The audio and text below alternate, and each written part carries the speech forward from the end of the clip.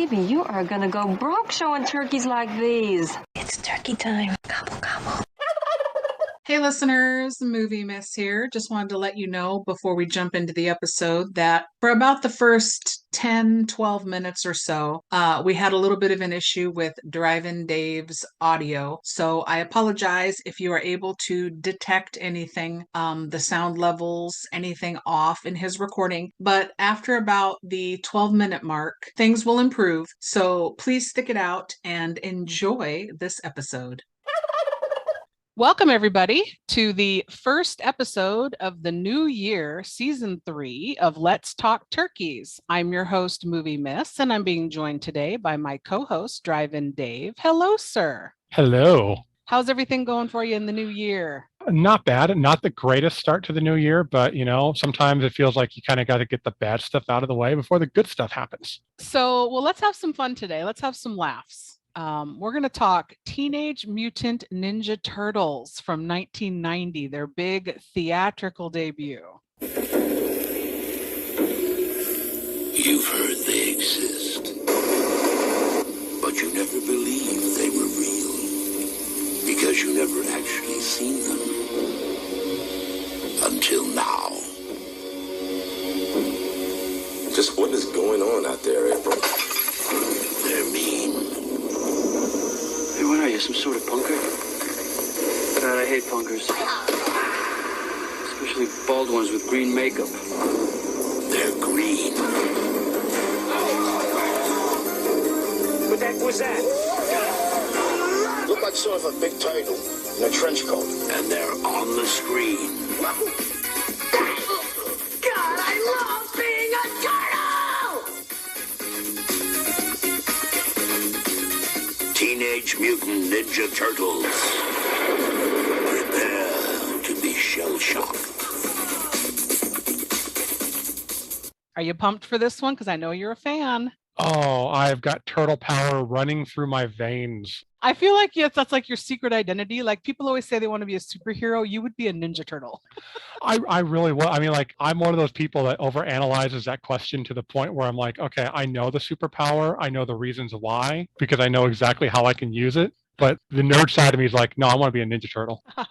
Well, this movie, I'll tell you what, how did you first come to know it? And when was the first time you saw it? Let's get into that. I saw this as a kid in theaters. I was a Turtles fan growing up. My first introduction to it was the cartoon in the 80s. And then I learned about the comic books. But the funny thing was that I did not know the original comics, the one from Mirage Studios that Kevin Eastman and Peter Laird did. I first discovered the comics through the Archie comics, and those were actually some of my favorites. They introduced a lot of my favorite characters. The history grew out of that was just amazing. It wasn't until later that I was like, oh, yeah, there's a whole nother side to Turtles that I didn't even know existed. Yeah, so like when this movie came out, I was already pumped. Went out and got the Teenage Mutant Ninja Turtles cereal. I believe it was Domino's that did a promotion with the pizzas and stuff. I did that. I full on turtled it out.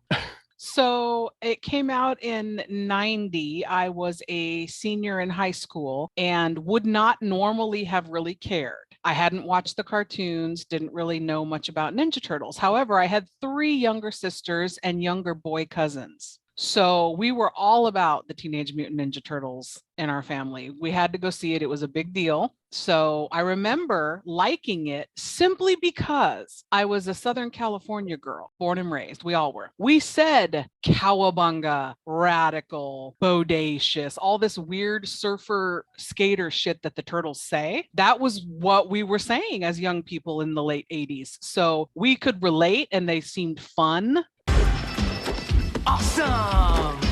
Righteous! Bossa Nova! So it was okay, even though I was a girl and I was like, 17, I was still having fun laughing at the Turtles. So that's my memory of it. And of course, through the years, seeing the different versions, but yeah, not the cartoons so much and not the comics. So I'm glad that you've got that angle to help us with. I mean, like, there's a whole universe in the cartoons and the comics, and it's like different universes too. Like, it's like every incarnation of the Turtles that comes out completely reboots and revamps it. It's almost like if there's any Scooby-Doo fans out there like me, of like every incarnation of Scooby-Doo completely redoes the entire thing. And it seems like they do that with the Turtles. Like you compare the Michael Bay movies to this movie, totally different thing. Yeah. So this one is 93 minutes. And I will say for this type of a movie, breezes by. It's jam-packed. There's not really a dull moment.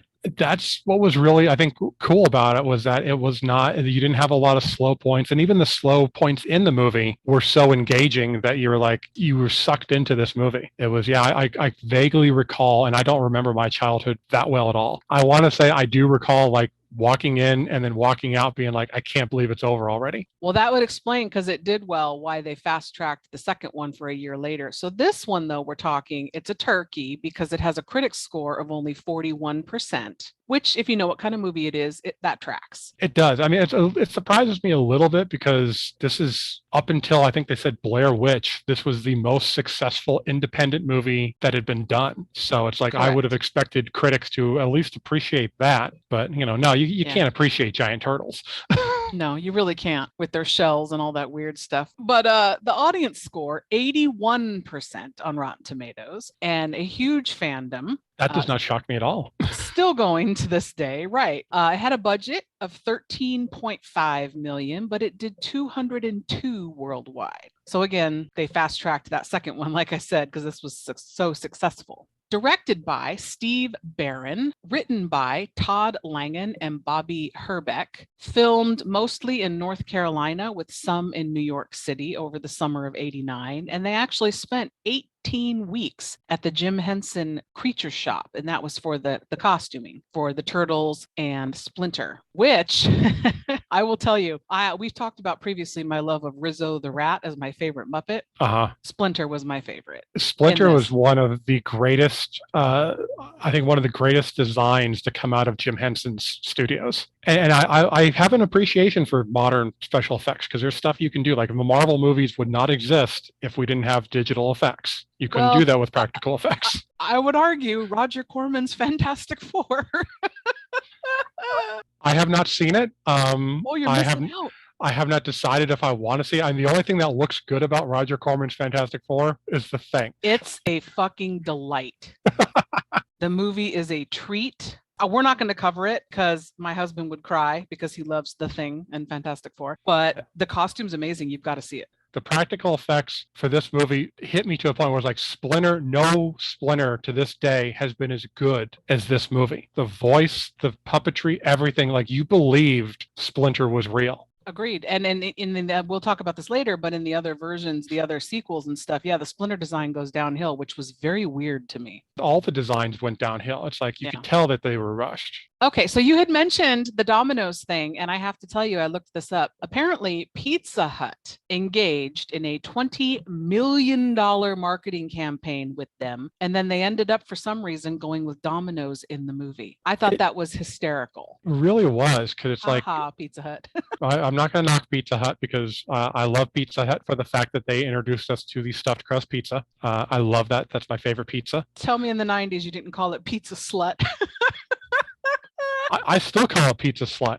All right, so let's jump into the cast on this. Top billed cast is Judith Hoag, Elias Codius, Josh Pace, Brian Tochi, Corey Feldman, and Robbie Rist. And we can get to everybody else as we go. So Brian Tochi is the voice of Leonardo, the blue turtle. And I saw that he basically is still working. He does mostly voiceover work in video games, which I guess is lucrative. Oh, yeah. You're seeing a lot of top actors now that are going into voiceover work in video games. And then Corey Feldman is Donatello, the purple turtle. And everybody knows Corey Feldman, Lost Boys, Goonies. Apparently, he did the voice for Ninja Turtles in the video games as well. He's done quite a few voice work that's just, he's like an amazing voice actor. He was great. Yeah, I was going to say, Corey Feldman, God bless him, seems to be a bit of an odd duck. However, his voice just is perfectly, it's so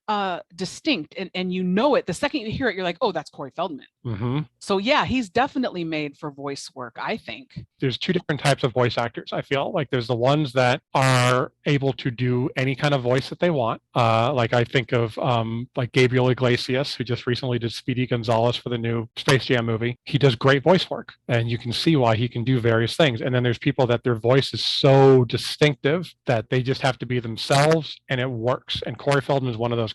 Agreed. We have Josh Pace. I think that's how you say his name. Sorry, sir, if I butchered your name. Is Raphael, the red turtle, and he also still working, doing various random things. So it's like doing Ninja Turtles hasn't killed anybody's career except for maybe Judith Hogue. Yeah, but I did look her up because she is my favorite April O'Neil of all time. She was apparently a nightmare behind the scenes, but. That would explain why they replaced her with a different actress for who is April in 2 and 3. Yeah. Okay. Well, yeah, Judith Hogue. The only thing I remembered ever seeing her again after this movie was when she popped up in one of the Nightmare on Elm Street movies. I want to say it might have been the 2010 or one of the later sequels. She's like a nurse in the hospital or something, and it's a very small part. Yeah, it looked to me like when I did the research on her, finding out where she went, she didn't do anything major. She's been in a lot of small time TV, I would bet. Yeah, like listing on here, there's like I Am Number 4. She was in that, Armageddon, Hitchcock, like things here and there that were like not big roles. Well, when you get a rep for being difficult in Hollywood, it's tough. Unless you're an A-lister, it's real tough to get work. Oh yeah. Unless you're Christian Bale, it's hard to be an asshole in Hollywood. So then for other voice work, we also have Robbie Rist as Michelangelo, the Orange Turtle. And if you recognize that name, if you're older like me, it might be because you know him as Cousin Oliver on The Brady Bunch. Okay, that just blew my mind. I did not know that because I'm not a Brady Bunch fan.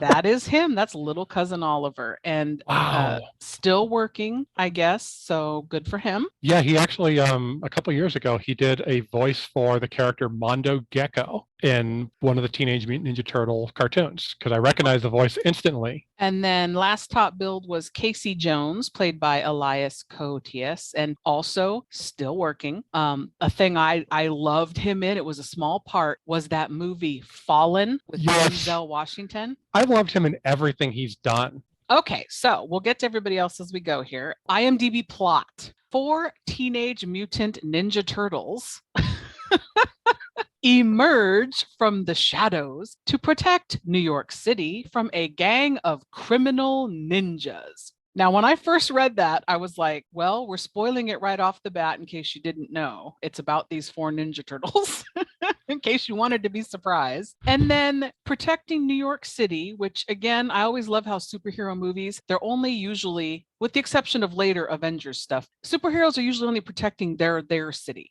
Their one city that they live in. Fuck the rest of America. Fuck the rest of the world. Which, being both comic book fans, have brought this up several times that it's like New York should be the safest place in the world because 90% of the superhero population lives in New York City. So it's like there should be no crime. There should be no littering, no nothing. If your dog shits on the street, there's going to be like Superman or Spider-Man is going to be right there to like be like, you clean that up right now. I'm going to whoop your ass. So it's like this is they kind of need to space it out a little bit. Okay, we're not going to re-record everything we just talked about because we're having a great conversation so far, but you had to switch headsets. So just so the listeners understand, in case your voice suddenly now sounds different for the rest of the episode, because the other headset, I don't know, the microphone wasn't doing us any favors, I don't think. Yeah, I don't know if it's the connection, if it's the headset. I have no idea. I have terrible luck with electronics. Oh, I'm the same way. All right, so let's continue. Oh, so what I was getting at, though, with plot stuff was the last line of that also is the gang of criminal ninjas threatening New York City. I have to ask, this seems to be a thing in the late 80s, early 90s. Was this a real threat? Was this a prominent problem? Were criminal ninjas just everywhere and just not where I lived? I don't recall noticing any ninjas here, but I mean, I guess that could just be they were really good ninjas. Because I feel like, if you're a bad ninja, then they're going to see you. If you're a good ninja, we're not going to see you. It's a really good point. It kind of seems like every era, every generation has this thing that they become totally obsessed with. 60s and 70s, it seemed like it was the Wild West. Everything was about the Wild West. TV shows, everyone wanted to be cowboys and Indians and stuff. And then 80s, martial arts. You had to be a ninja. Oh my God. Did you watch Sidekicks with little Jonathan Brandis and Chuck Norris? I've seen parts of it. Ninjas? I have seen Surf Ninjas. There were some fun ones, man, I'll tell you. There was a lot of ninja stuff in the 80s and 90s. And the funny part was like by the time you got to the 90s, the mid 90s, it started to die out. But like all things that people become obsessed with, they hang on to it until the dying end, until it's like you just know this thing isn't going to make it anymore. Right? Ninja warriors from outer space and shit. It's like, we're done. Just move Mhm. on to something else. And once something hits and becomes popular, they copy the shit out of it. You saw that with Teenage Mutant Ninja Turtles. Turtles hit huge. Turtle Mania explodes, and what do you get? You get Space Cat, you got Battle Toads, you get Fish Police. I mean, like everything. I think there was even one radioactive hamsters. That's amazing. Yeah, and all this stuff is actually out there in quarter bins in comic book stores. So please, people, go and buy these and enjoy the cheesy shit that come out of the 80s. Oh my God. And I thought it just was Turtle Mania and that was it. I guess not. Turtle Mania overshadowed the other ones. Didn't even like were a blip on the radar. I think Fish Police had like one cartoon for 3 episodes. Well, the name, I mean, I wouldn't watch it. It was pretty bad. All right, so let's jump into this plot. The movie opens and I immediately got, because I haven't seen this in over 20 years, warm and fuzzy flashbacks and just good feelings when I see the New Line Cinema logo. I miss New Line so much. There was so much good shit that came out of New Line. Yeah, as soon as that logo pops up, you just get this good feeling. And you're like, I'm in for a treat. Here we go. I believe this was the first ever New Line movie I ever saw. Oh, really? Mm-hmm. So the movie opens on shots of a very busy, bustling New York City as we hear voiceover of a news report on the escalating crime problem in New York. I would argue it's always been a problem and still continues to be a problem, but apparently this was a big deal. It bumped up just a little bit because now you got the ninjas. Before you didn't have the ninjas. So we get a shot of the female reporter we hear the voiceover of, and she's on the TV, a tube TV at a newsstand there on the street. We don't know it yet, but that is April O'Neil. We see some guy, just random guy, get his wallet stolen, and we follow the wallet changing hands through the streets as we continue to hear the news reporter. We see a truckload of boxes get quickly emptied behind the back of the delivery guy with no eyewitnesses. And I would like to point out that anybody who's listening to this who hasn't watched the movie or is going to watch the movie again, pay very close attention to when the wallet is moving, because one of our main characters is one of the people moving that wallet. Oh, okay. I don't know if you noticed him. No. Okay. And then we also see a woman get her little tube TV taken while she's sitting out watching it on her fire escape. She turns her head and somebody takes her TV. I loved her reaction. That just, that's one of my favorite scenes in the movie just because it's so cartoonish the way she does that. It is. That's a good way to describe this movie. They did the cartoony element underlying in a live action film. You feel like it could be a cartoon. Yeah, I kind of feel like anyone who actually gets hurt in this movie is not actually hurt. It's like cartoon hurt. Like a frying pan to the head is just going to like give you that little bong and then you're going to like walk it off. They're going to like see stars and hear the little chirping birds. Exactly. So we cut to some kids now taking random boxes to a van in an alley where secret ninjas are there, and they're taking the stolen goods and they drive off. My initial thought was, how is this is this a side gig for ninjas so they can pay for their their equipment and things they need to be ninjaing? What gig is this for ninja? That is one of the things that always confused me with the whole ninja thing. Was it's like, what are they doing? It's like, okay, you're dealing with kids. Okay, kids aren't going to be that big of a threat. You're stealing meaningless crap. It's like, this is not the greatest plan. Yeah. This is like you can understand. It's like, okay, why is this not working? Okay, because you guys need better marketing. So later that night, we go inside this big warehouse area where the stolen goods are being processed and overseen by this Asian badass dude, bald guy dressed. He looks very uncomfortable. The outfit he's wearing, he almost looks like stripped down Shogun warrior padding. And he's just walking around going, at all these kids. He is Master Tatsu. Tatsu. We don't know his name yet, but yes, that is him. He's got like a presence about him. He needs to be in like every martial arts movie ever made because he's just so good. So we also see that this is also doubling as a large flop house for the criminal youth of this operation. There's beds on risers and stolen property is their decor, which was a big thing. I mean, see Double Dragon, the movie.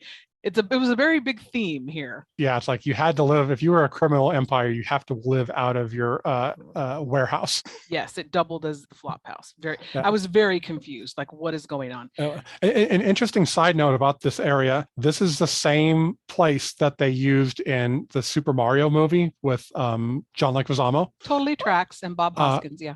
And it was also the nightclub setting in The Crow. Okay. So it's Would like not have guessed that. Yeah, so it's like this setting has apparently been used so many times. It's the gift that keeps on giving. And then we also get some overt product placement here as we watch these young guys opening boxes, and there's just old Burger King cups and Whopper boxes sitting there, and he's eating fries. And I'm like, oh, I want Burger King. I want old school Burger King when it used to taste different too, not just look different. Yeah, this is like a nostalgia. Like you just watch this and you're just like, oh man, I want to go back to that time and enjoy all of this stuff. For me, whenever I watch this movie or the second Teenage Mutant Ninja Turtles, I have to eat pizza while I'm watching it. Does it make you crave pizza? It does. It totally makes me crave pizza. They seem to have a craving and taste and always want to eat pizza, the Turtles, but it makes me wonder when you see how their origin, the first pizza they probably ever came across was gross pizza that the pizza rat Splinter gave them. I just made that connection. Oh. Pizza rat was Splinter. What? I didn't even think of that. Oh my Lord. Oh my God. Okay. But anyway, I was going to say the first pizza they ever had was this disgusting, probably throwaway sewer pizza or pizza they find in the trash. They weren't like making money and ordering pizza when they were little. So why do they have this thing now where no anchovies, better not be anchovies on my pizza? And they're super picky about their pizza. But you started out eating and it was probably garbage and 4 days old. So they're kind of pizza snobs now. It was kind of frustrating. But I think that happens to a lot of people. Like I'm one of the few people that I'm not a snob. Like I can still go back and like, to me, a home cooked meal is hamburger helper and like bread with a little bit of butter on there. And I just saw a comment online about how people are like, oh, well, that's trash food. I'm like, screw you, man. I'm trash. Yeah. It's like, that was amazing growing up. And I'm actually going to probably order some for the weekend. So after this news report ends now, April, we see her leaving the news station. And at first it looks like she's going to walk home. Then she turns a corner where there's this news van and she's holding keys. And so I'm like, oh, maybe she drives the news van. I don't know. But she stumbles across these 4 thugs in mid-theft from the van. They're stealing property. And we get to see who is credited in the credits as head thug, he doesn't even get a name, is a very young Sam Rockwell. I knew to look for him because I did my research first. And I was like, oh my God, that's him. So for those of you that don't know, he played George W. Bush in the movie Vice. He was in Iron Man 2, Frost Nixon. He was the villain in the Charlie's Angels movie with Drew Barrymore. He's done a shit ton of work in Hollywood. So to see his little baby face, I was like, oh my God, he looks like he's 12, but he's got a little goatee.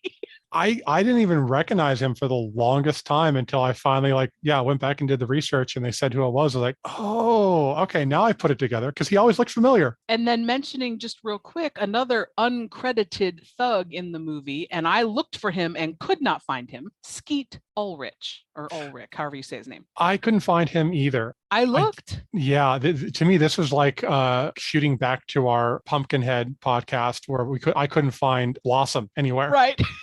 I looked everywhere, I couldn't find her. And the same thing with Skeet. I was like, I'm looking for him. I'm like, where the hell are you, man? So April now gets jumped by these thugs. She screams. We see a knife dagger type of weapon, and I had to look this up. It's called a sai. SAI, yes. Which I didn't know at that moment, but later in the movie, somebody calls it that. So one of those goes flying through the air, breaks a light in the alley, and it goes dark. We hear a bunch of punches and action and wah and all this and screaming and noises. And then the police roll up and we see all the thugs tied up on the ground.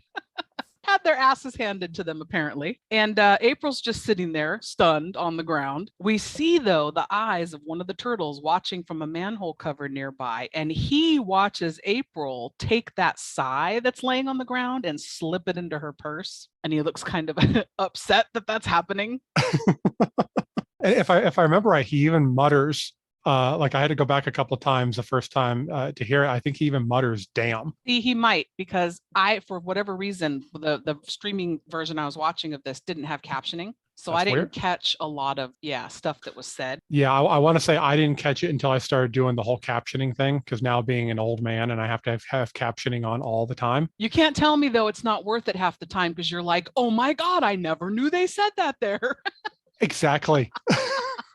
So we get some catchy music now as credits start to roll over shots of the sewers. And then we get a freeze frame title card. And then the turtles leap out of the shadow, literally, and into frame. And again, like I said, they're talking like 1980s surfers / skateboarders. It's so funny. And I forgot, after not seeing it for many, many, many years, that they were this way and that they're like supposed to be like 15, like teenagers themselves. So that totally tracks. So my annoyance, I was going to be annoyed with them talking this way. And then I was like, well, you're 15 and 89. You do talk this way, especially if you're from Southern California, but they're in New York. That is one of the things that I've never understood. Because again, that's a big difference from the comics and the cartoons and the movies and stuff. Was even though this movie does follow the comic books a lot closer than most of the other stuff, they do change it. Like the turtles are a lot more fun loving, and the comics, they're way more serious. Like, you hardly ever see them smile. They're always grimacing. I mean, they look like Batman half the damn time. They just look like they're never happy. Really? It's like I've never seen a picture, hardly ever seen a picture of a happy turtle in the comics. It does happen very rarely, but and this is like a complete 180. That had to be weird. It is. I think they said they combined the comic and the 80s cartoon, because it's like you kind of wanted that child-friendly aspect to it. That's why you have the color bandanas instead of the traditional red bandanas. Well, I know for marketing purposes, like for toys and stuff, they wanted them to all be their own look and personalities, because then you're selling 4 of a product instead of 1.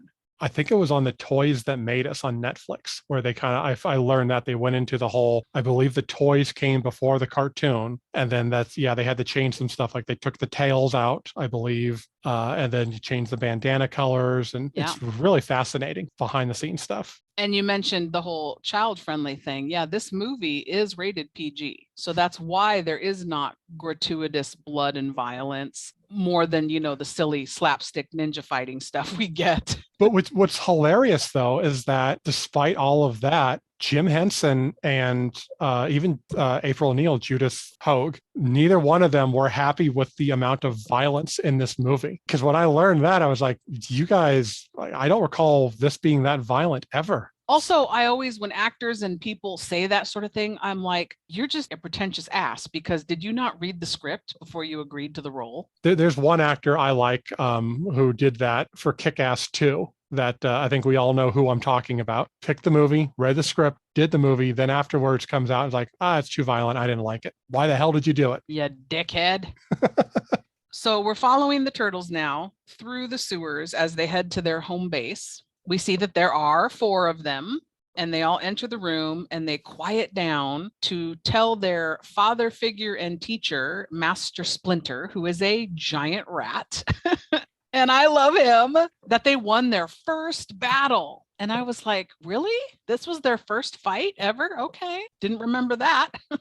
Yeah, I remember that always caught me off guard. Even though I expect it coming, it always does throw me off guard. Like, okay, you guys have never been in a fight before, so you've just been training. So it is kind of like an interesting idea of like, okay, so we're literally seeing the beginning of their career. Right. Splinter reiterates to them, you have to remain in the shadows. Don't let anyone see you. And they say, we're cool. Nobody saw us. We also see that they all have their own little colored bandanas, which are so funny with the costume design. It goes around their eyes and their weird shaped head, but they are so custom fitted to go over the nose and around the eyes that when they move their eyebrows and stuff, like the bandana moves too with the function of their eyes. It was a little bit weird. Clunky looking. It kind of reminds me of like every superhero movie where they make the molded costume. So it's like the muscles are actually the costume. Right. And you look at the guy and you're like, okay, one, you're not that muscular. And 2, it's like when you're moving, I can see like how the costume is bending and there's little folds here and there. And it's like, it just looks weird. Yeah, it's the same thing with the turtles' eyes. It's like, you can tell they're fake. That was what told you it was fake. Up until this point, Up until this point, I was so believing the lie. I was like, okay, no, this all makes sense. This could really happen. Then the eye thing happened. And I was like, no, movie. No, you just ruined it. So then this is the scene where we learn their names, and the red one is Raphael, and that he lost his sigh and he's upset about it. And Splinter tells him, calm down. He talks to the turtles, and we learn that apparently they still have yet to master the art of ninja.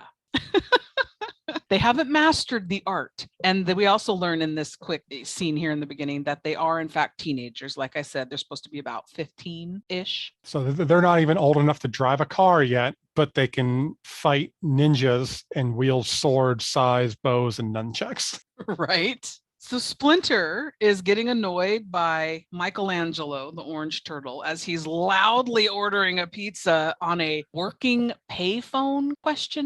In the sewer. What? Okay, this is where it's a good thing that I am here with you to explain this. Oh, please do, because I was so confused. I would have been confused too, but then when you realize, okay, Donatello is supposed to be a genius. Granted, you don't see that much in this movie, but he Not is until supposed. the third one. Actually, no, I believe it's the second one is where you start to see it. Okay. This one you don't see it, but it's like, yeah, he's supposed to be able to build technological things. So if there's a payphone down there, best believe it, Donatello is going to fix the shit out of that and make it work. Especially if it means they can order pizza. Exactly. Okay, that makes sense then. I'll let that one slide. So the turtles now put on some music and dance and act silly instead of meditating with Splinter, which is what Splinter wanted. And then Raphael puts on a very large trench coat and a hat that fits his head somehow and says he's going to a movie and leaves because he's sulking. I had the toy, Raphael, in the trench coat. It was one of my favorite things because I don't know why, but I love the look of him in a trench coat and a hat. You like the whole trench coat thing because your favorite gremlin is Flashing Trench Coat Gremlin. Oh shit, you just blew my mind. That is so true. Something's going on with you in trench coats. I don't know. You might want to look into that. I had a trench coat. It wasn't long enough for me to flash. Learning so much about you. That's not saying what you think it's saying. Moving on. So Michelangelo waits for his pizza under a sewer grate where he can see the moon and the night sky, and he's just sitting there chilling. And then Donatello, the purple turtle, rolls up on a skateboard through water in the sewer. I guess you can make wheels work that way. I don't know. I've never learned how to skateboard, so I have no idea. I just assumed he was Tony Hawk before Tony Hawk. Okay, so we will pose this question. Listeners, please let us know. Is that possible? Can you skateboard through the water like that with the muck of the sewer? Let us know. Can you do that?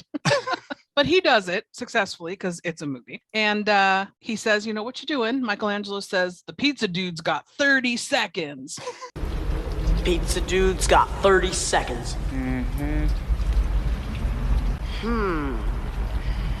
Time's up. $3 off. And the reason this is significant and makes me laugh is because Donatello, who says, what are you doing? Is the purple turtle is Corey Feldman, who previously to filming this movie filmed The Burbs, where one of his lines is, don't go now, I called the pizza dude. The pizza dude's coming. And so then what does Michelangelo say to him right here? Pizza dude. I was like, okay, I am complete. I can die happy now. The worlds have collided. Everything is right in the Turkeyverse.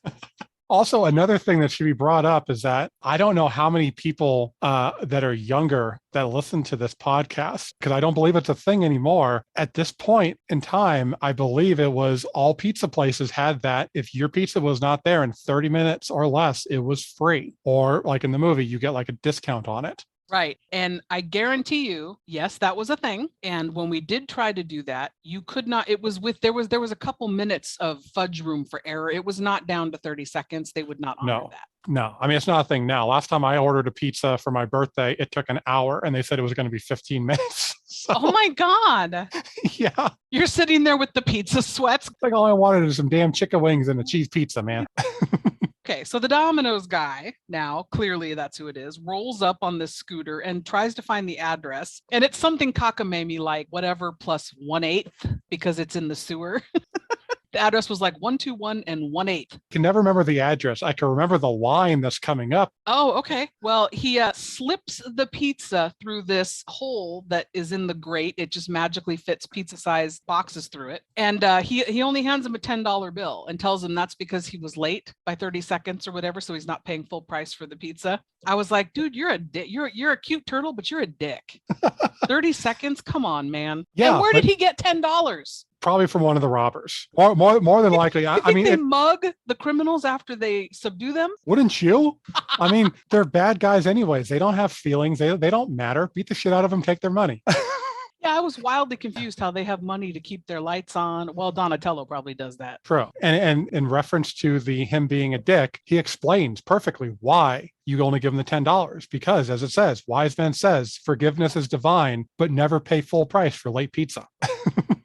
So 3 of the turtles now and Splinter are sitting there eating their pizza. And all I could think was, I'm no biologist, I'm no animal expert, but I'm guessing turtles aren't lactose intolerant. They're eating a lot of pizza. That could be the reason they're living in the sewers, because it's a lot easier down there. You can't tell the difference. No, it's not like it's going to change the smell. Now we cut to Raphael leaving the movie theater. He was seeing Critters. I love the movie Critters. Yes. It's like, how the hell is a 15-year-old going to get into the sea Critters? And also, this is a movie theater where this is the only big movie showing. Critters came out in 86. Why is it still headlining in the theater? It was weird. The 2 things that I've been able to figure out are, one, it's because I believe Critters is also a New Line Cinema movie. So there was that connection. I believe the original intention was it was supposed to be Batman. He was coming out of the 1989 Michael Keaton Batman, because there was going to be a comment about being a superhero, a cape, and a car and crap like that. And they couldn't do it or something. Oh, okay. So they went to Critters. Well, he comes out of the theater. He trips 2 thugs that are stealing an old lady's purse and running by. And I have to just laugh at this because this is a terrible disguise. He's got giant turtle hands and even more giant turtle feet and legs, all and his face sticking out of this trench coat hat combo. It's a terrible disguise. You can clearly see he's not human. That is very true, but I'm going to say I truly believe, and I apologize ahead of time for saying this to anyone who lives in New York. I truly believe that the people in New York are idiots because they cannot even figure out that Clark Kent is Superman. I don't think it's that they're idiots. I think it's supposed to play on the joke that people in New York either A, turn a blind eye, they're just so self-involved, they're going about their business and they don't notice when people are being mugged or anything, or they have seen it all. New Yorkers have seen it all, so nothing shocks them. They wouldn't think twice if a green dude walked by them. That actually makes the most sense I've ever heard. I think that that's what it's kind of supposed to be, but it's still annoying as a viewer. You're like, that's clearly not a human being. And it's also so obvious that he's not human because the thugs get up and they run away and you hear one of them go, "What was that?" They know it wasn't a human. The thugs now, after they've run away, run kind of into a wooded area and they get interrupted by a man in a mask wielding a hockey stick. And no, it is not Jason Voorhees. Who says, because they go, "What was that?" And he answers their question by saying, "That was a crime, you purse-grabbing pukes." At least I think that's what he said because I didn't have captioning. I do remember the pukes part. I don't remember if it was purse grabbing, but he did say something and then it goes into pukes. He was going full on Clint Eastwood in that moment. Yes. And I had to look up the mask because I was like, what kind of weird ass mask is he wearing? It's not a typical goalie mask for hockey. It's not anything I've ever seen. It kind of was reminiscent of the Punisher a little bit, like the skull. So apparently it is an old style hockey mask with some tweaks to it. Okay. Yeah, because it looks exactly how it does in the comic books. That's the exact same design. I always assumed that they just, because I mean, nothing against the creators of Turtles, but like they were good artists, but they weren't to the point where it's like, okay, I can see them designing or drawing something very realistically. So this was like their take on what a hockey mask looked like. So this guy now starts to beat the thugs up. He gets interrupted by Raphael, who tells the guy to stop, and the thugs run away. The guy says his name is Casey Jones, and he pulls out 2 baseball bats and says he's going to teach Raphael a lesson. Raphael says he doesn't want to fight, but Casey comes at him swinging anyway. They tussle, and just as Raphael thinks he's won, Casey pulls out a cricket bat and uppercuts him so hard, Raphael goes flying through the air and lands in a trash can. What? I love that, like I said, the cartooniness and everything. Two things I got to point out. One, I love the fact that when he's swinging at the baseball bat, Raphael grabs it, and with a Jose Canseco bat, please tell me you did not pay money for this. I love that because it's like, I have always hated Jose Canseco. That was just a great line. And then I didn't realize this until I did the research. When he goes into the trash can, when he comes out and you see he's like kind of grabbing his head to make sure everything's okay. That's a real thing because the actor inside the suit broke his nose doing this stunt. Oh my God. Yeah. Yeah, we didn't give credit to the men in the suits, but they were stuntmen doing all these things. Yeah, it's crazy. They said Raphael is the only guy that was the stuntman in the suit and the same voice actor. Oh, that's fun. Poor guy, though, broke his nose. Damn. Yeah. Oh, that guy deserves so much credit because he was also claustrophobic. So he hated being in the suit to begin with. Ooh. So like that man is like a hero among stuntmen. So then Casey runs off and Raphael chases after him. So Splinter now is waiting up for Raphael when he gets home, and he talks with him about his anger issues and tells him he's here for him and so are his brothers. I have tried to channel your anger, Raphael, but more remains. Anger clouds the mind. Turned inward, it is an unconquerable enemy. Splinter's such a good dad. But teenagers, man, they're stubborn. He's not going to listen. Especially Raphael. Raphael's like, I mean, he's got so many anger issues. He's such an asshole, but he's like my favorite turtle, but he's such an asshole. I was yelling at the screen. I'm like, talk to Splinter because you can't go to therapy. I mean, maybe you could in New York. Yeah, I'm pretty sure New York's not going to care. They're just going to be like, oh, okay, yeah. So the next day now we see April in her apartment. Okay, this scene, you're going to have a lot of explaining. Hopefully you can give me here. April's getting ready in her apartment for work in the morning. She's being lectured by her boss / ex, maybe Charles, about her safety at work. And he calls her one of his best reporters. I never got the ex vibe. I always got the boss, but I never got that there was a relationship there. Okay. Then here's why I questioned if they were ex, because we see now while they're arguing in the kitchen, a little thug we saw earlier in the film named Danny is sitting in April's kitchen and takes a 20 out of her wallet. And Charles is bitching to April. He's got to drive Danny to school every day to make sure he gets there. April, did you know he's not even going to school? And I'm like, is this their illegitimate, like, is Danny her kid? Or, because he even looks like her. Charles is this balding, brown-haired, tall dude, and Danny's a redhead like April. I never quite picked up on that. I can see exactly where you're coming from, though, because it does, now that you say it, I could see that. But why is this kid in their apartment or hers? And why is he bitching to her about him? What does she care if she's just his reporter? It was a whole weird thing, you know? See, I took it as Charles is just one of those people that he's going to bring everybody else into his drama. I have a few friends in my life like that too, that like, you know, whatever's going on in their life, you're going to become a part of it. You're their friend. And so now you're instantly a part of their bullshit. So I kind of figured that's what Charles is. As far as taking him to school, I think it's because, well, okay, he's got to take him because Danny's going to just run off and go do whatever the hell Danny does, like stealing the wallet earlier in the movie. Yeah, the whole thing seemed like a weird dynamic to me. I was like, I don't know what's happening here. But they never say he's April's kid. They never say they were exes. They never say, you know, there's a relationship of any kind other than the boss reporter. So I'm just projecting all that based on what they did. It just seemed weird to me. That's actually a really good, I'd be kind of curious to delve deeper into probably one of the Turtle wiki pages or something if anyone's ever come up with that theory, because I've never thought of that. So April is saying the police chief has some answering to do for how he's mishandling the crime wave. And I'm like,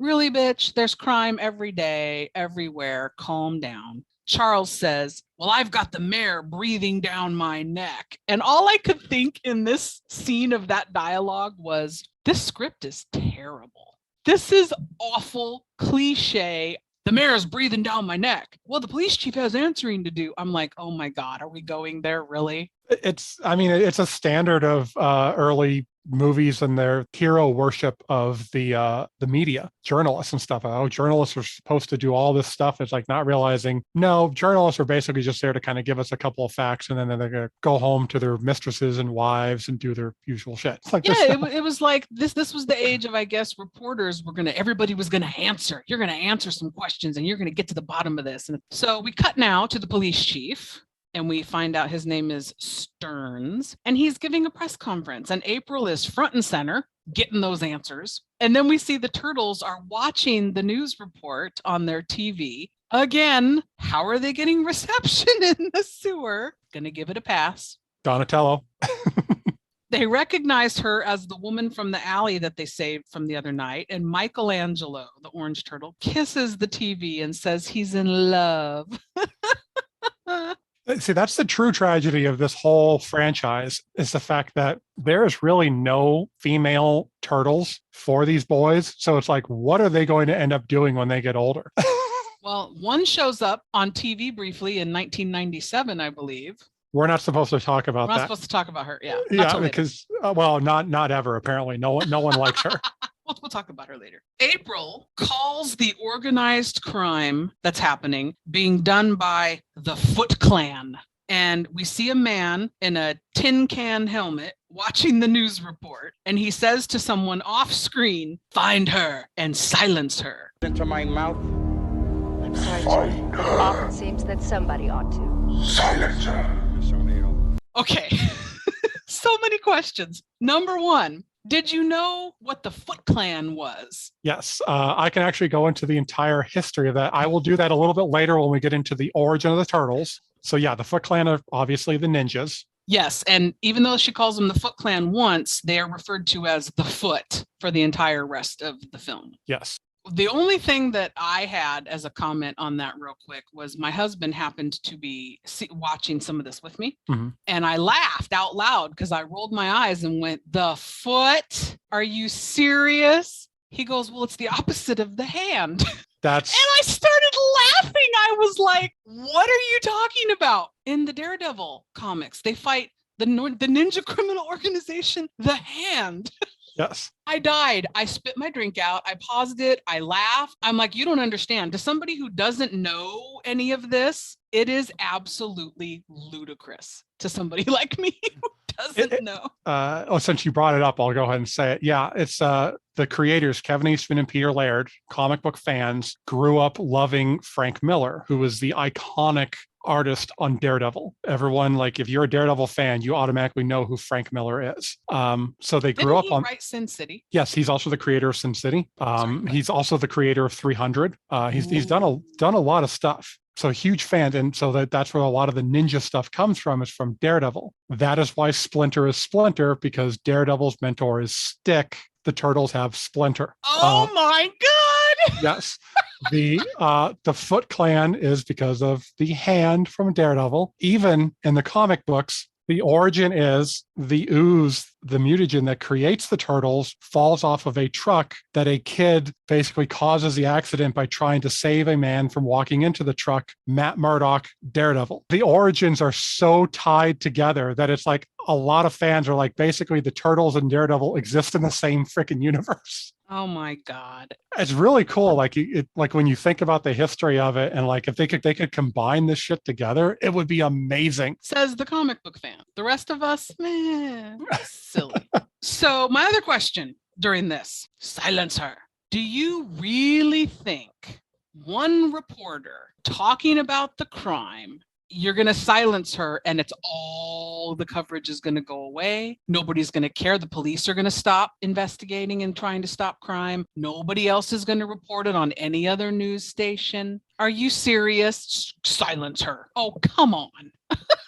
So the logical side of my brain says there should be people within the police organization and within the political system that are also members of the Hand. So silencing the reporter, they can easily cover it up. I'm sorry, you mean the Foot? The Foot, the Hand, Wrong the Foot. movie. So anyways, so they're going to stop this. So Daredevil, oh, I'm sorry, the turtles. It just made my head hurt. I was like, really? Yeah. So that's the logical side.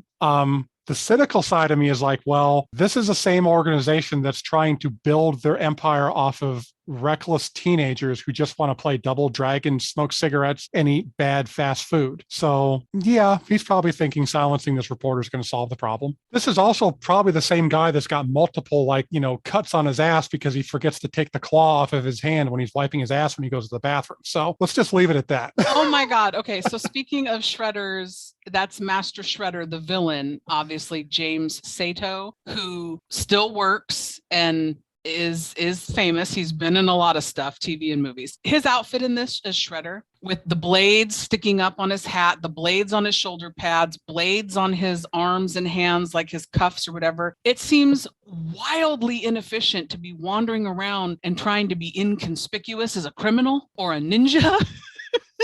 When you're wearing this tin can getup that reflects light. It's always been, it's a cool looking design, but yeah, it's not practical. The only reason this is the opposite of ninja. But no, the only reason he's like my favorite Shredder is because he's the most accurate Shredder. He like feels like the ultimate threat as a Shredder. Like when he says he's going to kill you, you feel like, okay, this dude's going to kill you. He's more menacing than the other iterations. Yeah. So it's like he's been the best Shredder. But yeah, that it is. And you see throughout the movie the jokes for Shredder is like, yeah, you can understand him because it is just horrible. So at City Hall now, inside, we see a quick shot of little Danny, Charles's kid, being arrested. April gets called into Police Chief Stern's office. She tells him she knows he is aware of that Foot Clan and doesn't think he's doing a thing about it. He comes back with, "You expect me to waste precious manpower because a few immigrants are reminded of something that supposedly happened in Japan? Get out of my office." Are you trying to tell me how to do my job? Okay, this script is terrible and this is shit. Okay, I guess that's the same thing. You are reminded, few immigrants. What? It's because this shit happened in Japan? What? How about focus at the matter at hand? You're a police chief and there's crimes that need to be solved. Let's just do that, shall we? Let's not worry about where the origin is, supposedly. And why would you even know that, this police chief? Why would you know Foot Clan thing, ninjas, started in Japan, unless you're making some progress on the case? Do your fucking job, bro. I cannot argue that it's not a terrible script. It is. But I'm not saying it wasn't a delight, but it's terribly written. This is like one of those reasons of like why you have to suspend disbelief when you go into movies like this, Godzilla, Turtles, Marvel, DC, any of this stuff, because like, yeah, there's so many fucking plot holes that you can rip apart at any moment. And this movie has got, like, from beginning to end, there's always some little thread you can pull on and say, nope, this doesn't make sense. We got to stop this. Yes. And you keep pulling those threads. By the end of the movie, you're naked. Yes. There's no sweater left. No. So Raphael now, in his hat and trench coat, follows April into a subway tunnel where she gets confronted by a gang of ninjas, and she jokes, "Oh, I must be behind on my Sony payments." PC police here.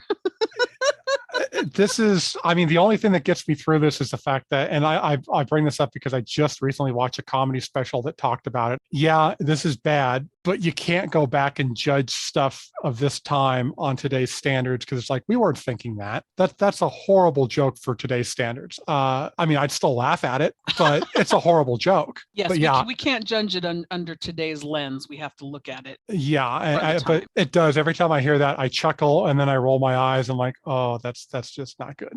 So what made me chuckle was what happens right next, though. As soon as that little bitch says that comment, a ninja bitch slaps her face and tells her to keep her mouth shut. Yes! Because apparently ninjas studied under the school of Sean Connery's How to Deal with Women. That is what I thought. I'm like, you're supposed to be a fucking ninja and you just slap this lady? Are you kidding me? So it seems to me that would be the end of it. A Shredder says, silence her. The ninjas slap her and tell her to shut up. Problem solved, right? But no, she pulls the sai out of her purse because she's still carrying it around. A ninja knocks it out of her hand.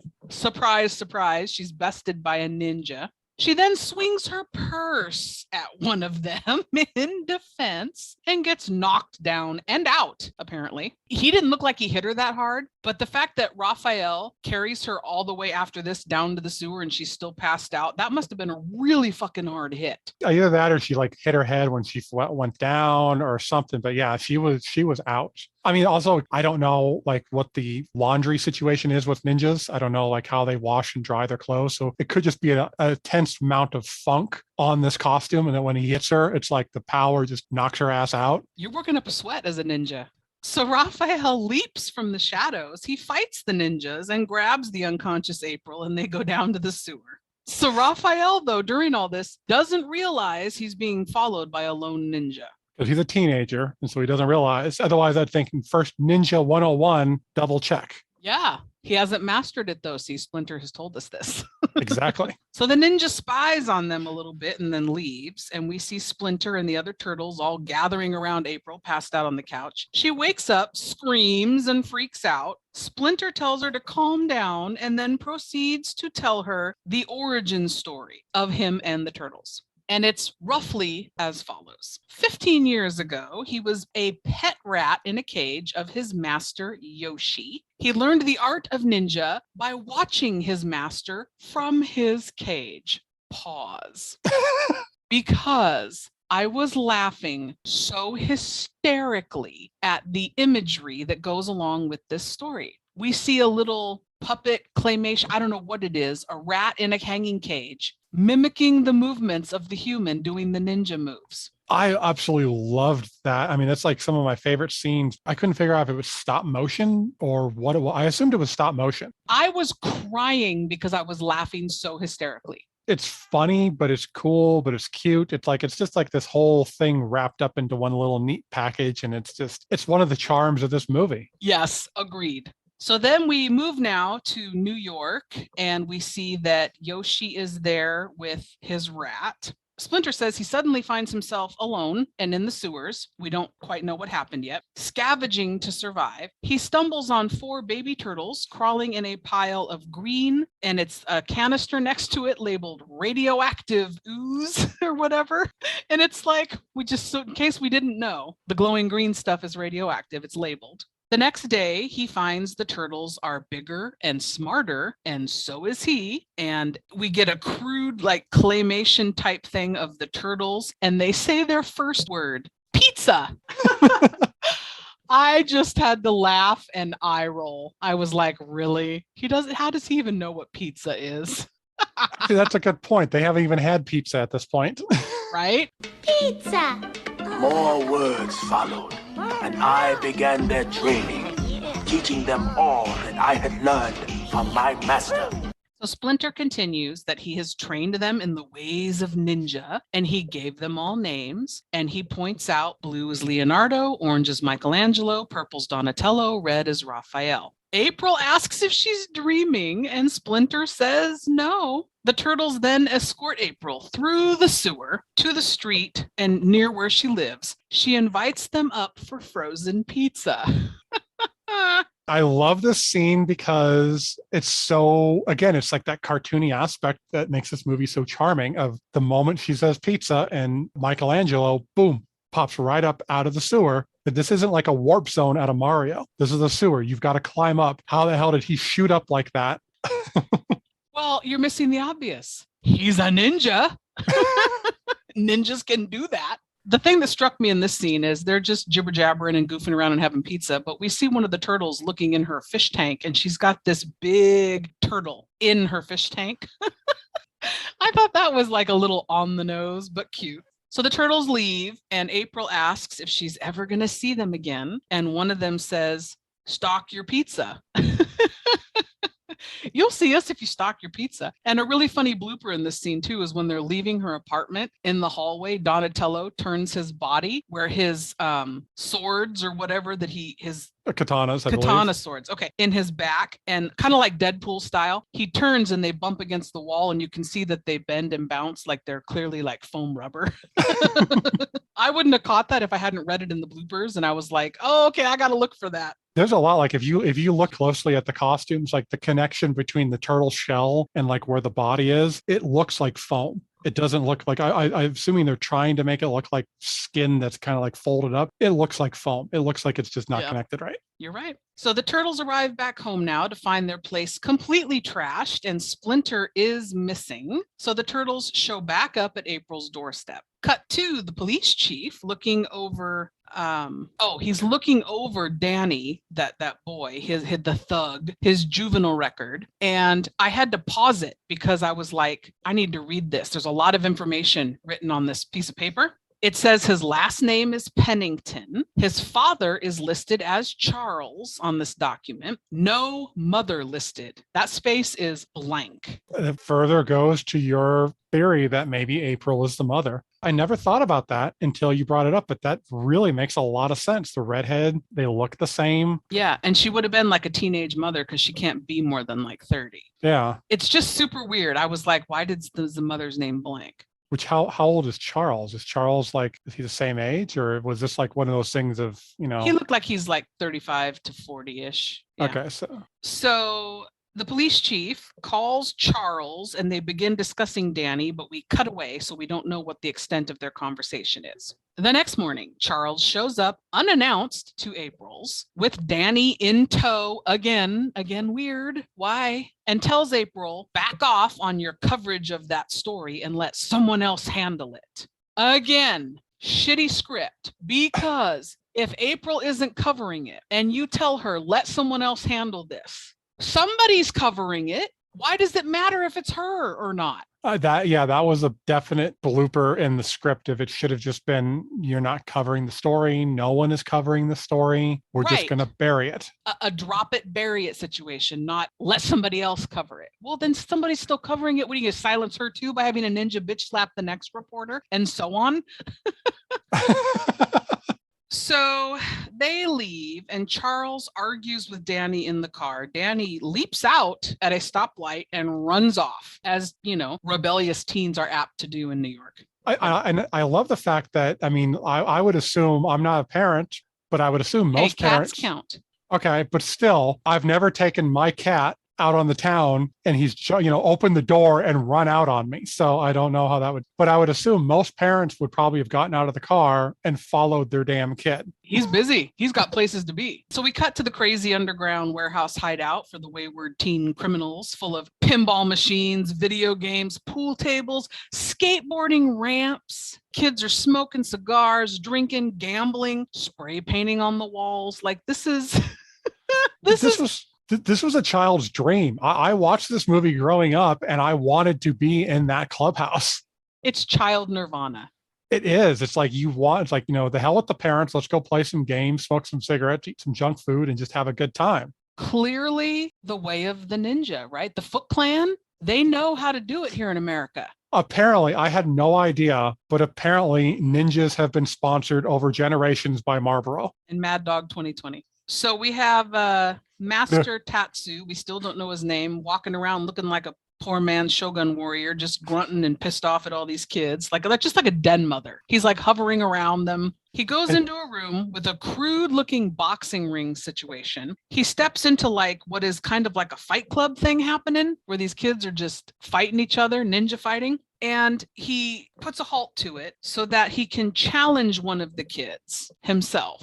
This is a grown man who's clearly an Asian, like we're supposed to assume he's super ninja guy. It's so unfair that he beats the shit out of the kid. He ends up kicking him in the face and knocks him down. He does, but he checks on him immediately, explains the mistake. What was the mistake? Always keep your eyes on your opponent. Oh, yeah. Never lower your eyes to an enemy. The way he says it, the way he says everything is just always that never lower your eyes to an enemy. He's just so, oh, I love that voice. And this is where they actually say his name. So we learn he is, in fact, Master Tatsu. He's like Shredder's right-hand man. A loud gong suddenly sounds, and everybody just actively jumps up and reacts and goes running in. And they gather in a main hall for the entrance of Tin Can Man. And his outfit, when we get to see it here in all its glory, does not disappoint. A lot of effort went into his look, Master Shredder. It's beautiful. The only complaint I have about it is, okay, like, yeah, the functionality is not that great, but also the cape. What do you need the cape for? Ain't that the truth about any outfit when you're wearing a cape, unless you're Count Dracula? It is unnecessary, especially if you're trying to fight. Yeah, I mean, like Superman's never needed a cape. Okay, Batman, I can understand because the cape provides a weapon, extra hiding material, and also is just damn fashionable. Logic. All right, point taken. So Master Shredder here has a child step forward and he gifts him the black ninja mask and headband and calls it a dragon doji. Don't know what that is, but cool. You got a bunch of them. You're gifting this kid. You've got another one in your ranks. I assume the doji is the name for the bandana. Know a lot of friends that are huge into Japanese stuff, so they would probably know better than I would. And the dragon, I believe, is because I believe there is a dragon symbol on the doji. Oh, see, if it's not in Cobra Kai, I don't know shit about it. So he tells everyone, Shredder does, they are his family. He is their father, and he wants them all to eventually become members of the Foot. Why is he calling it that? At least have some sinister Japanese word for it. Come on, buddy. I don't know what Japanese for foot is, but I'm going to assume it's not any better than calling it the Foot. So we see now that they have Splinter tied up as Shredder tells them all to find and punish the turtles because they are interfering with his business. Find those turtles, he says. And I'm like, oh, well, at least he knows they're Ninja Turtles. Like, he knows what he's up against. He knows, but I'm very curious of why all these kids and these other foot soldiers are all very just, oh yeah, turtles? Yeah, we'll go handle this. No worry about it. Not even one point of wait, did this motherfucker just say turtles? Yes, I was waiting for that, for one of the kids to look surprised. No. Danny steps forward and draws Shredder's attention, and then we cut away to April on a news report telling another reporter that's interviewing her about the Foot. And she knows that they are responsible for all the crime because some Japanese Americans confirmed for her that the recent crime wave is reminiscent of a secret band of ninja thieves who once operated in Japan. I'm willing to bet that that's not a thing. I'm also willing to bet that they don't really know, because how are you a secret if everybody knows? You're not a very good ninja. No, that's losing Ninja 101. This whole thing is just, all I did was just, okay, moving on. I'm not even going to pick it apart. Terrible script. So the turtles now are all watching the news report on April's TV in her apartment. Raphael gets razzed by the other guys because April thanks him by name in the news report, saying that he saved her when she was attacked. Then Donatello and Raphael get into an argument. Michelangelo and Donatello, wait a minute. Raphael is arguing with Leonardo. Thank you. And then Michelangelo and Donatello leave the room. Thank you. Okay. So then while Leo and Raphael are fighting, they're arguing about finding Splinter. And this is where, and I remember I paused it and I took a screenshot and sent it to you when I was watching it. There is a member of the crew in a white t-shirt and red trucker hat crouched down behind the dining table. And when they are talking and arguing, we get not only one angle, but they switch angles and the dude is still in the fucking shot. So this dude was seriously trying to hide. He's glaringly obvious. It's hysterical. It reminds me a lot of a joke in The Simpsons. It was a Christmas episode. Principal Skinner is showing an old movie to the kids, and you can see a stagehand walk onto the script, walk onto the thing with a thing of coffee or whatever, sees the camera, tries to back out, but he's still halfway in the scene. That's exactly when you pointed that out to me, oh my God, that's a real thing. Yes. And what's funny to me is nobody thought we should reshoot this because it's so obvious. They must have been on a tight schedule, or the editor was sleeping on their job. The continuity person didn't pick it up. I don't know what happened, but the one thing I did hear was that after filming, the director was taken off of the project. Apparently they weren't happy with what his final vision might have been. So that could have been one of the things that got screwed up when he left. Oh, maybe. All I could think was, could you imagine that guy? He clearly knew he was in the shot, and they were like, doesn't matter that you have a white t-shirt and a red hat on and that you're well above table view. Just don't move. Just freeze. Don't move. Nobody will. It's like when little kids or dogs don't understand. They think if they stop moving, you can't see them. That's what that felt like to me. And it is like, even if you can excuse like the post-production stuff, that it's like still during filming, did the camera person not notice this? Did like the actor, like no one on set noticed this guy and was like, hey, Steve, can you maybe just crouch down a little bit more? Nobody will notice you. Really fucking funny. Okay, anyway, we've harped on that. Sorry. So Raphael gets super pissed, goes up to the roof to blow off some steam. He gets spotted by Casey Jones through binoculars from a couple of buildings away. Before we get too far into this, there's so many lines in this movie I love. One of my favorite lines is when Raphael leaves and Donatello and Michelangelo are sitting there, and it's that pork rind. The casualness of like, this happens all the time. We don't care. We're going to do our shit. I love that scene. That's so true. They're like, yeah, this is what he does. So April comes home now and asks, where's Raphael? Because she wants to give them a tour of the store. And I was like, what?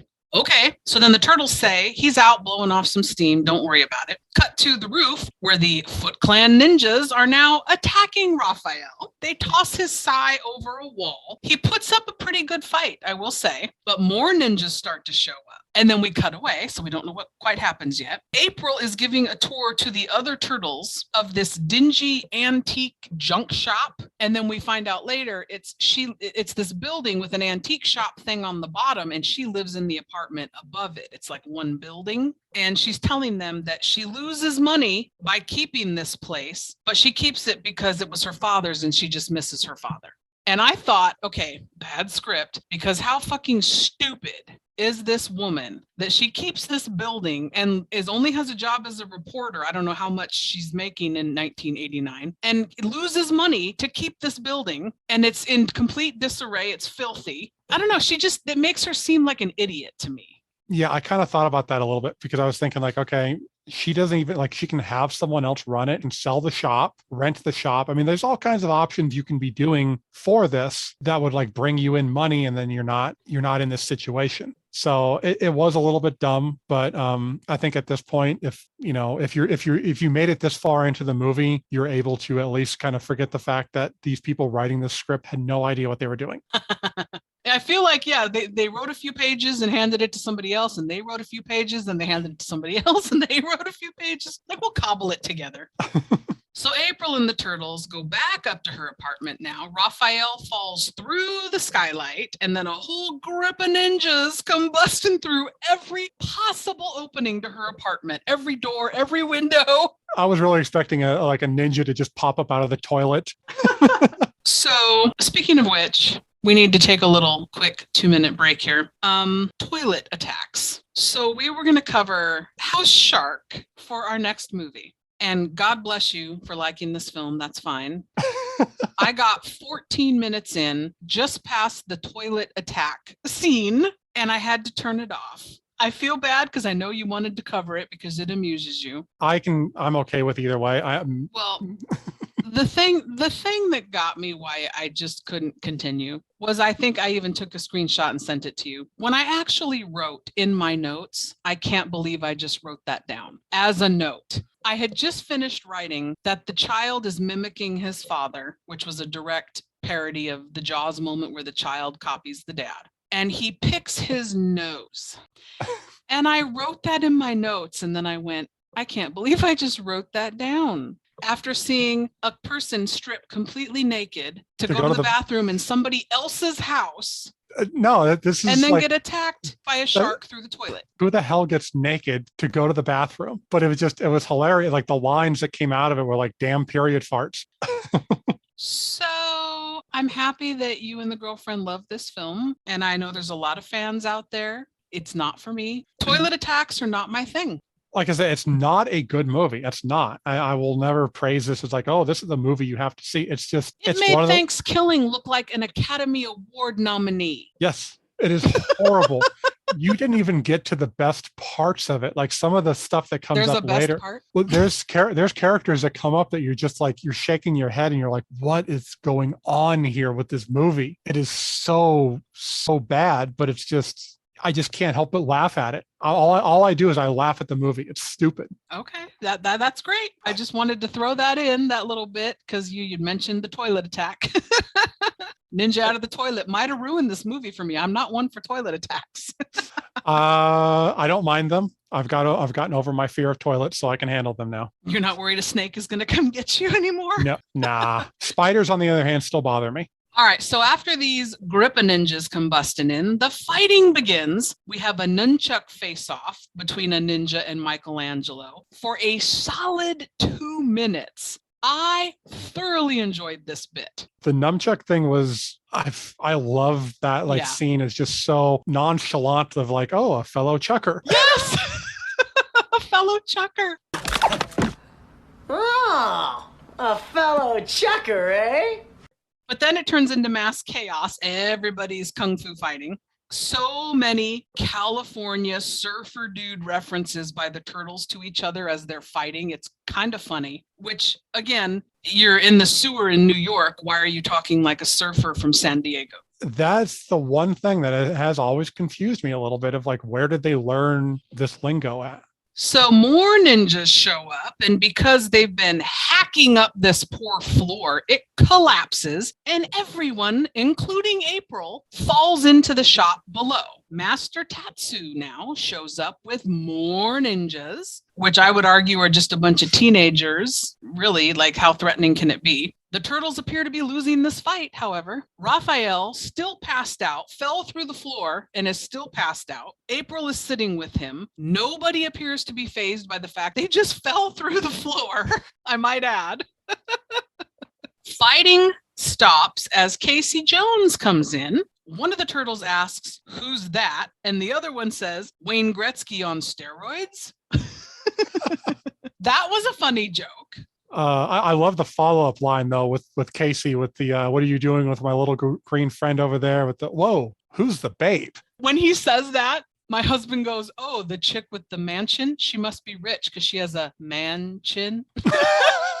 he did not think she was a babe. Okay, she's not bad, but yeah, not entirely my type. So Master Tatsu says to attack, and then a huge fight ensues and continues as the shop catches on fire. And this, I love this scene because people are going to like look at me weird for saying this. It's not even the fight. I love the background music for the fight. It starts playing and I'm just like, oh, damn, this is dope. I was not paying attention to that at all because the second I realized the music was not going to be the song that everybody was kung fu fighting, I was disappointed. The music in this movie, I used to listen to this soundtrack all the time. But it doesn't have the Vanilla Ice song from part 2. It doesn't need it. This is like the best. Go ninja, go.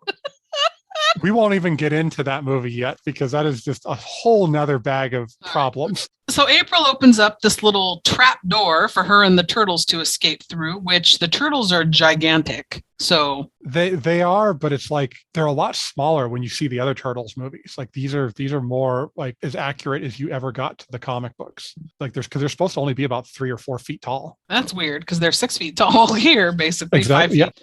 Yeah. I think they get like 8 feet in the Michael Bay movies. Jeez.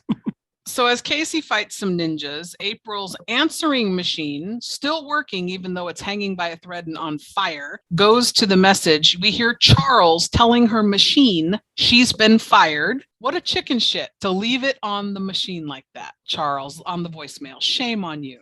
Casey jumps into the trap door and it closes right as the ninjas get to it and they act like they can't figure out how to open it.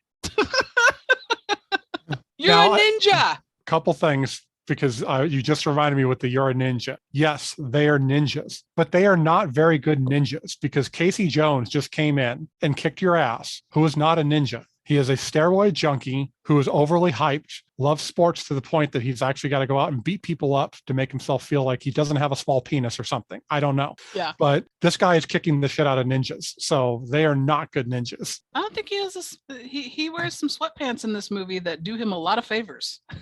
I'm just going to say. Casey's a bit of a looker. I didn't notice. He's a good looking dude, I thought. But as far as like the whole like them not figuring it out thing, I took it as because I want to say I heard right as they closed the door and they were about to go after him, sirens. Yeah, the police do roll up pretty quick. Yeah, and then you get one of the most famous lines in the Teenage Mutant Ninja Turtle history that I to this day still quote: "Ninja vanish." Ninja vanish. I feel like that's a given.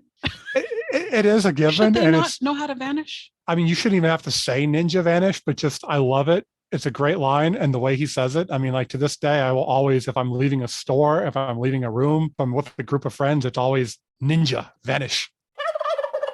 They can say go back. Tell me, you didn't pay money for this. Cowabunga as they hit the ground. From the field of weeds, the heroes rescue the flower because they possess turtle power. All right, listeners, that is going to wrap up part 1 of our coverage of the amazing Teenage Mutant Ninja Turtles. Be sure to check us out next week when part 2 drops and we get to finish this bonkers movie. You don't want to miss it.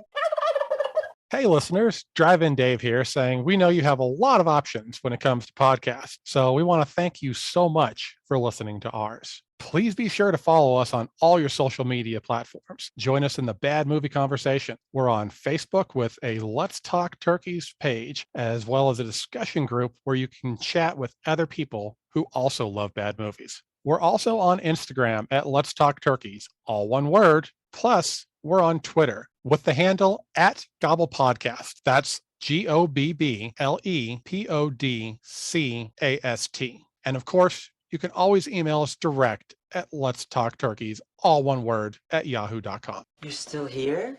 It's over. Go home. Go.